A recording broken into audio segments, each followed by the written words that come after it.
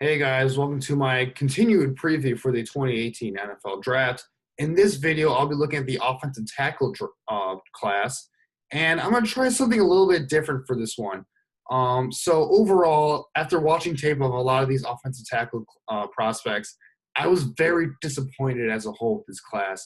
So I couldn't really find a definitive top five because there really isn't. It just doesn't stand out. None of these guys really stand out. So what I'm going to do is I'm going to discuss a few of the big name players and kind of go over their profiles very briefly from what I've seen. And also I do have a few sleepers to kind of look out for in terms of this draft, but let's kind of go right into it. The first guy to look out for is Mike McGlinchey of Notre Dame. For me, this is the one guy that truly did stand out of this class. He's clearly the best and safest offensive tackle prospect in this class. He's a very good athlete with adequate size and length. He's 6'8", 312 pounds. He's technically sound, and he's got really good intangible qualities. Very good leader for that Notre Dame team over the past couple seasons. For me, if he's going to be successful at the next level, he's going to need to add a little bit more strength because he does struggle to anchor and finish at the next level. Even though run blocking is his more of a specialty, he did show that he can drive block and finish at the college level. But he does, again, if he's going to do that at the next level, he's going to have to add a little bit more strength and weight to his frame, I feel like. For me, he doesn't have elite athleticism and elite movement skill with his footwork to be a left tackle at the NFL. I think he's going to have to be a better fit at right tackle. But overall, he's a guy that I think can start right away and be a very solid football player for a very long time. Maybe not a Pro Bowler, but just a very solid starter overall. I see him as a guy being drafted mid to late first round. But he may go a little bit higher because the need for offensive tackle is very high in the NFL, and he's definitely the best and safest prospect out of all these guys. So moving on, another guy to look out for, Connor Williams out of Texas. The first thing you notice with Connor Williams, watching him on tape, is he's a very good athlete for the position. He generally has a pretty good frame all around, pretty strong all around for the most part. He's a very good run blocker, and I think he'll fit into many schemes, especially maybe a zone blocking scheme where you can use that athleticism to his benefit. Just a very run blocker, finishes very well. Despite his athleticism, though, I was very disappointed in his pass protection. He struggled a lot in his pass protection.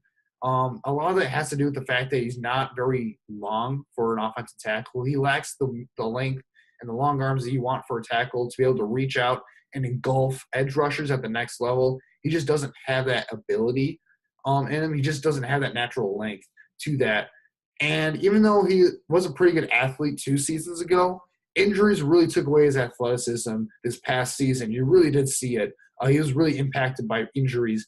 And that's a concern at the next level, whether he can stay healthy, whether the injuries have affected his athleticism to the point where he can't recover as a player. Those are, genuine concerns, I feel like, for him going forward. He was a guy that was hyped to be a top 10 type of pick before the season. And now it looks like he's a guy that he might go late first round because of his athleticism, because of the hype train talent that he does have. But I think he's more of a guy that will go in the second round at the next level. He might have to switch to guard as well because he lacks the necessary length to be an offensive tackle at the next level. Moving on. Next prospect I looked at, Colton Miller out of UCLA. He's got an exceptional height and length for the position. 6'9", which is ridiculous, 34-inch arms. So he has very good height and length to be able to use those to get his hands on edge rushers first and extend and keep them from getting into his body very often. And he's a decent athlete for his size. He moves pretty well for a guy that is that tall and lengthy. He has very good effort and very strong hands. Like I mentioned, once he gets his hands on you, it's pretty much over from that standpoint. Unfortunately, because he's very tall and slender at this point, he lacks the strength to finish blocks and anchor against bull rushers. So he's going to have to add more strength in his core and in his lower body at the next level. I fear that he may not be able to, though. He's not a natural knee bender. He just doesn't really have a wide base on him. And his feet don't move very well in pass protection. He's a very good athlete, but his feet sometimes can be a little bit below average and very slow at times.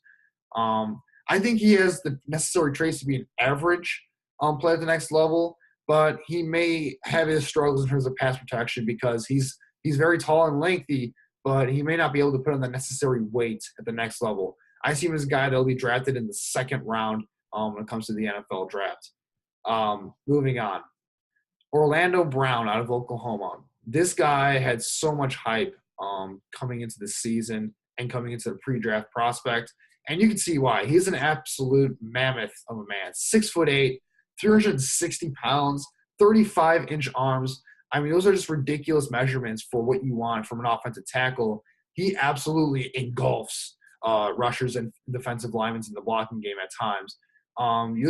You'll engage with the guy, and the guy will just disappear. So he's just huge for an offensive tackle. And what I like is he knows how to finish and dominates in the running game at times pretty well. Unfortunately, he's got very, very poor feet. No lateral movement whatsoever, very poor footwork and pass protection. Speed rushers have the potential to absolutely eat him alive at the next level, because if he struggles to get his hands on you because he's a little bit slower, and he really does have good length, once he gets his hands on you, it's pretty much over from that point. He's not going to get a bull rush or anything like that. But if he can be quick enough off the snap, he's going to have a lot of hard times against speed rushers at the next level. And because he's not the quickest or most athletic dude, he does not get this to the second level on his blocks very often or very well. Personally, I found him to be very overrated as a prospect going into the pre-draft prospect because I didn't like his feet at the next level translating. And he kind of I don't want to necessarily say prove that to me because the combine can only do so much, but he kind of asserted my belief that he's a bit overrated as a prospect because he put up an historically bad combine.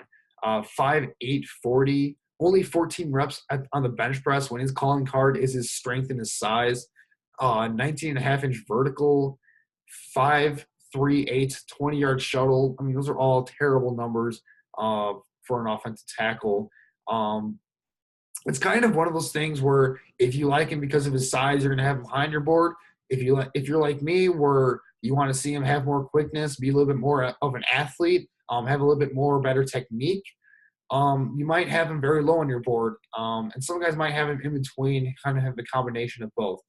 He's a guy that I think is in the go in the second or third round in the upcoming NFL draft. I think that combine did a disastrous to his draft stock and moved him out of being a first-round prospect. The next guy on my list, Chucks Okorafor out of Western Michigan.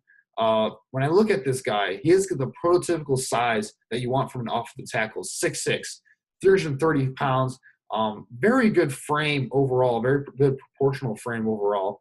And in terms of athleticism, he does a very good job of getting to the second level pretty decently in that aspect. He's quick out of his stance and pass protection. The first 2 to 3 steps in his pass protection set is pretty good overall.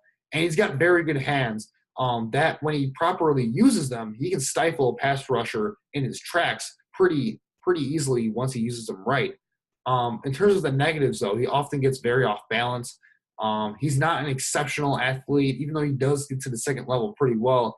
He's not a natural athlete in that sense. He's got very below average instincts for the position. Twist and stunts can fool him a bit. And in terms of his pass protection, he doesn't really adjust well when the defensive lineman uses his counter moves against him. So he might stop the first move, but he does a pretty poor job of stopping the counter moves on occasion. He's a guy that's a little bit of a project for me. He's a guy that might go in the second or third round because teams will see his size and enough athleticism in him where they think they can coach him up to be a solid starter.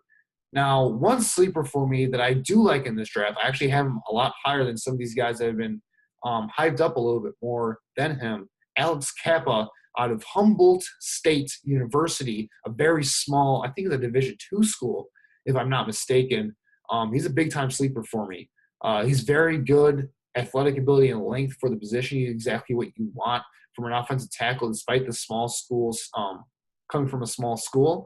He drives and finishes in the run game. He's very physical in the running game overall. He's not afraid to get nasty for an offensive tackle, which is why some teams may want to use him as a guard. But I think he definitely has the length and athleticism to stay out at tackle with the proper coaching. And at the Senior Bowl, he did show some potential in that he can hang athletically in pass protection. He struggled to kind of adjust against the competition in that sense at the Senior Bowl, but I think athletically he showed that he's no slouch at the next level. If he's going to be a starter at the next level, he's going to have to do two things, actually three things, in order to be a starter at the next level and not just be a backup. One, he's going to have to add a lot more strength on his frame. He has enough strength to dominate guys at his level of competition, but he's going to have to add more if he's going to be competent at the next level in terms of the strength. And he's going to have to work on his technique. Gets off balance a little bit too much. He relies mostly on his size and athleticism to get guys out of the hole rather than using his technique. And the third thing he needs to improve on, it's just a matter of time, really. There's nothing really he can do except get out there and just practice and work as much as possible. He's just going to have to adjust to the level of competition. He's making a huge jump from playing at a small school to going to the NFL. So really it's about getting as much practice reps in there as possible to adjust to that competition. I see him as a guy that will be picked in the 4th or 5th round. Again, really flying under the radar for a lot of teams, I feel like. But he's a guy with a lot of upside to be a quality starting right tackle at the next level in the NFL with the proper coaching. So, yeah, that's kind of my thoughts on this upcoming offensive tackle class. Very disappointing overall. I'm not a big fan personally. If you're a team desperate for an offensive tackle, you might be in a shaky situation where you might have to overdraft one of these guys because the value of having a quality, competent offensive tackle in today's pass-heavy league is it's so valuable. So teams may have to overreach and overdraft some of these guys. But buyer beware. It's really hard to kind of judge offensive tackles transitioning from college to the pros just because of the way that both positions are played differently at these two levels. So that might have something to do with the fact that I just wasn't too impressed grading these guys for my scouting. So let me know what you guys think in the comment section below. Am I being too harsh on this upcoming offensive tackle class? Make sure to comment and let me know what you think. Thanks, guys, for watching. Please leave a like and subscribe, and I'll have more stuff out on the NFL draft coming up shortly. And the draft only a few more days away, so keep an eye out for my upcoming mock draft as well coming out. I can't wait to get that out there to you guys. Thanks, guys, for watching.